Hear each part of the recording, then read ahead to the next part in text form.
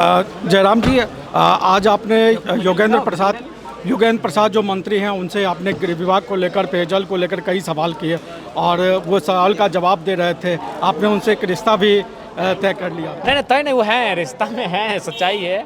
उनके जो जोगेंद्र जी जो हैं, उनके जो भाई हैं, उनका हमारे गांव मानटाड़ में ससुराल है और जिनसे शादी हुआ है वो हमारी फुआ लगती हैं। हम भी सखवार है, उनका जहाँ शादी हुआ वही सखवार गोष्ठी है, तो हम लोग एक ही गोष्ठी से हैं, तो उस लिहाज से हमारे फूफा ही लगेंगे।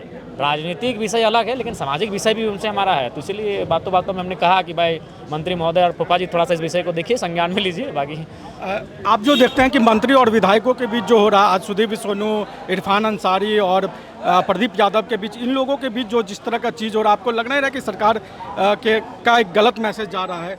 निश्चित गलत मैसेज तो जाएगा ही। अब बताइए, जैसा भी था उनको वो आप किसी अन्य प्लेटफॉर्म पे बोल सकते थे इरफान अंसारी को, लेकिन आपने वही मंच में खड़ा होकर, डायस में खड़े होकर जब इरफान जी की क्लास लगा दी, तो ये मैसेज तो ठीक नहीं जा रहा है। और अभी मीडिया के बाहर आके वो फोटो सेशन कर रहे हैं, तो लगता है कि उसकी भरपाई हो पाएगी? नहीं हो पाएगी। वो सदन में एक अलग विषय होता है, उसकी भरपाई नहीं हो पाएगी।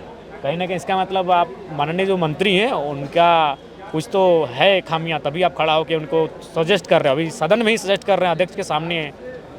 तो विपक्ष की भूमिका में आपको सरकार के अंदर के लोग नजर आ रहे हैं या बीजेपी नजर आ रही है या जयराम महतो विपक्ष के तौर पर? हमें लगता है कि हम लोग तो विपक्ष में है ही, लेकिन सरकार के भी कुछ लोग विपक्ष की भूमिका में हैं। प्रदीप यादव जी अच्छा काम कर रहे हैं, सरकार को ही घेर रहे हैं। बहुत सारे, कल सुरेश बैठा ने भी जो अपना भाषण रखा वो बिल्कुल सरकार के विपरीत था, उनको सुने फटकार भी लगी।